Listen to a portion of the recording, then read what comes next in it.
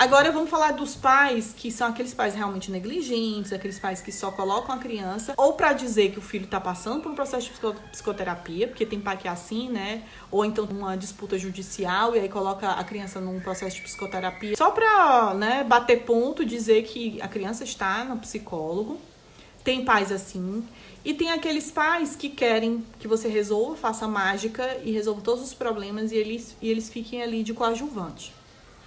Como que eu lido com pais assim? É simples, mas ao mesmo tempo eu vejo que as pessoas têm dificuldade de colocar essa atividade simples. Por que é simples? Porque não existe outro caminho senão a comunicação. Você falar de forma direta e claro que você tem percebido. Não é você chegar aquela sinceridade que não vale de nada, né? Você dizer assim, você está simplesmente deixando seu filho aqui, quer que eu resolva o problema. Não é isso que eu quero que você diga para o pai do seu paciente. Mas é importante você dizer e frisar a importância do processo. E que o resultado muito desse processo vai ser um resultado que vai ter interferência da atuação desses pais. Então, se eu não chamo durante o processo o pai e chama a atenção deles, você corre o grande risco de mais tarde essa criança não evoluir na sessão e aí esses pais vão te cobrar, que é o que acontece às vezes, né? Os pais querem o resultado, só que eles querem o resultado sem fazer esforço. Então, se você perceber que o pai ou a mãe dá para trás, não participa, e não participar, eu não tô falando daqueles pais que, porque pai que não participa que não vai na sessão, não. O pai que não participa é aquele pai que você dá as orientações e o pai não tá nem aí, não coloca nada em prática. Você passa a tarefa de casa, o pai não tá nem aí, não coloca nada em prática. O pai ou a mãe não faz nenhum mínimo de esforço de colocar. Ou então, quando ela vai pra orientação, ela só quer saber o que você tem a dizer, o que você aplicou. Simplesmente não tem o papel deles. Então, eu sou muito clara. Principalmente aqueles pais que vão e vêm. A criança está evoluindo, aí os pais, eles mesmos dão alta para o paciente. Eu falo de uma forma muito direta. Eu falei, olha, eu ainda não dei alta. Né? Então você fica com a sua responsabilidade de retirar a criança, porque assim, a alta ainda não foi dada. Eu falo, eu não tenho medo de perder paciente, porque senão é o meu nome que está no jogo. Daqui a pouco a criança não melhorou, a criança piorou, parará. Mas porque a psicóloga tal. Não, eu não dei alta. Então, eu sempre deixo muito claro. Eu vejo também essas mães e pais que levam a criança, aí no período de férias, tiram a criança do processo. Aí passa 1 mês, 2 meses sem processo. Aí manda mensagem, Carol, fulaninho teve uma piora, ou então apresentando esse quadro tal. Eu não dei férias para esse paciente. Quem deu foi a mãe, né? Ou o pai. Então eu falo, olha, infelizmente isso pode acontecer, já que a criança foi, né, retirada, foi suspenso o atendimento dele. Então, a gente precisa retornar esses atendimentos. Eu sou muito franca porque é o meu nome. Depois chega pai e fala assim, porque eu não tô vendo melhora, não tô vendo evolução. E não é só o terapeuta que tem esse papel. E tem uma outra coisa que eu ia falar pra vocês sobre pais que têm resistência a encaminhar ou levar o adolescente ou a criança para o psiquiatra ou para uma avaliação.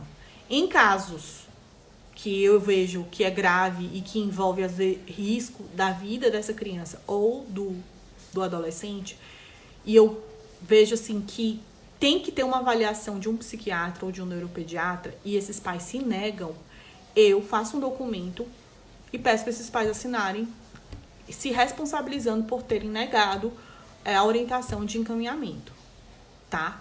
Por que eu faço isso? Porque, gente, é muito sério. Tudo pode acontecer. Vou contar um relato para vocês de uma situação que aconteceu na minha atuação clínica. Olha, se eu pudesse escrever um livro de coisas que eu já passei. Mas o que aconteceu? Na época que eu atendi adulto, é uma história bem triste, tá? Na época que eu atendi adulto, eu comecei atendendo adulto, criança e adolescente. Eu peguei um paciente um paciente adulto, né, com uma demanda ele, na verdade, assim, era uma demanda meio que, ele era era de obsessão, né? Ele era obcecado por uma namorada.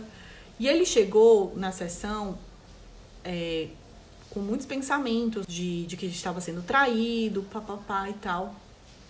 E aí eu fiz a segunda sessão com ele e ok. E aí marquei a terceira sessão com a namorada, né? Marquei a terceira sessão com a namorada pra avaliar e tal, essa questão do relacionamento. Era um relacionamento abusivo, não tinha agressão física, aparentemente, segundo ele, mas tinha agressão verbal. E aí eu marquei a terceira, porque eu já comecei a observar assim, um padrão muito adoecido dele, de ciúmes. Gente, na terceira sessão, marcada com esse paciente, esse paciente que era meu, matou essa pessoa. Isso foi assim, foi algo que marcou um pouco de forma negativa, né, a minha atuação. Eu fiquei muito mal mesmo. E assim, eu tinha feito 2 sessões com ele, na terceira sessão eu ia fazer com ela. E isso foi com adulto, tá? Mas isso me deu um sinal de alerta, de que assim, eu preciso, se eu observar qualquer sinal de risco, eu preciso me assegurar, tá? No caso dele, ele já estava sendo acompanhado por um psiquiatra, né? Ele já estava fazendo esse acompanhamento.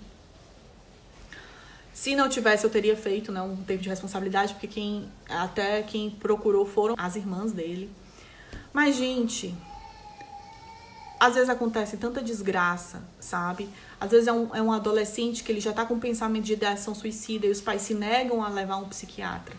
Aí acontece uma desgraça, esse paciente vai e se suicida. Então você tem o máximo, assim, tente se assegurar e se respaldar o máximo de que você orientou, de que você indicou um profissional tal, um psiquiatra, um neuropediatra, para que não recaia sobre você uma situação trágica, tá? Que pode acontecer, né? A gente também não é um Superman, nem Supermulher, né? Mulher Maravilha, nem Superman para evitar tudo. Mas o que a gente puder, né, evitar, a gente tenta evitar. A gente sabe também que o paciente, né, é uma caixinha de surpresas. Às vezes ele tá bem, dependendo inclusive do transtorno, ele pode estar bem, de repente ele tem uma queda, e aí a gente pode, né, se surpreender. Eu fiz um relatório falando sobre o estado do paciente, tudo para anexar nos autos. Não era um paciente psicótico, mas era um paciente bem, assim, obcecado, né? Bem obsessivo mesmo com relação ao namoro. Mas, gente, eu tô até compartilhando isso, quando eu lembro, me dá um negócio ruim, sabe? Porque foi uma experiência horrível. Eu não desejo pra nenhum profissional passar isso, porque é muito ruim mesmo. Você se questiona se você poderia ter feito mais, você se questiona se você errou em alguma conduta, sabe? É muito ruim. É horrível. Mas, assim, pode acontecer, entendeu? Com qualquer profissional. Agora é isso. A gente precisa sempre estar mais atento, se assegurar ao máximo a um paciente que precisa de um acompanhamento, de um médico. O pai não quer, documente. O pai se negou a levar fulaninho para tal canto. E você vai deixar claro para o seu paciente: olha, infelizmente eu preciso me assegurar, né, de que eu realmente eu orientei, foram as orientações que eu dei, que eu não posso deixar isso só no verbal. Mas é assim, né, é bem complicado, bem complicado essas questões, né, de quando acontece uma tragédia assim. Mas, assim, a gente precisa ter essa noção de que quando esse pai, ou essa mãe se afasta dessa situação e ele não segue uma orientação, que não é qualquer orientação de dica, de orientação de manejo, de direcionamento no dia a dia. É uma orientação que, muitas vezes, se não tiver uma avaliação e, às vezes, um suporte medicamentoso, pode, de fato, provocar algum dano, alguma tragédia com esse paciente, tá? Então, agora sim, pouquíssimas vezes só me aconteceu de um pai se negar, não querer de jeito nenhum. Alguns pais, normalmente, eles podem ter uma certa resistência no início, mas eu me asseguro muito. Me fez até lembrar agora de um caso de litígio que eu peguei de uma criança, que era muita briga judicial, e aí eu me assegurei documentando, né, de que o pai não queria que essa criança fosse avaliada por um psiquiatra ou um neuropediatra. E a mãe estava a favor. E eu pedi pro pai assinar. Olha, eu quero que documente isso. Não quer? Tá tudo bem, mas tem que ser documentado. E foi dito e feito. Mais tarde, o meu nome estava num processo, ele alegando que eu tinha dito que a criança tinha depressão. E eu nunca disse que a criança tinha depressão. Eu disse que essa criança, ela precisaria de uma avaliação com indícios de que teria algum transtorno, né, de depressão maior. Esse foi um caso, assim, que agora que eu lembrei, que teve processo, né? Mas sorte minha ou não, eu tinha isso documentado e foi também tudo tranquilo. Mas é isso, assim, a gente precisa se assegurar, porque pode acontecer algo, né? Alguém pode usar o seu nome de forma inapropriada, dizer o que você não disse, dizer que você não orientou, dizer isso, dizer aquilo. Então a gente precisa ter esse cuidado, principalmente em casos de litígio, de casos de guarda, briga, injustiça, aí você precisa ainda mais atenção.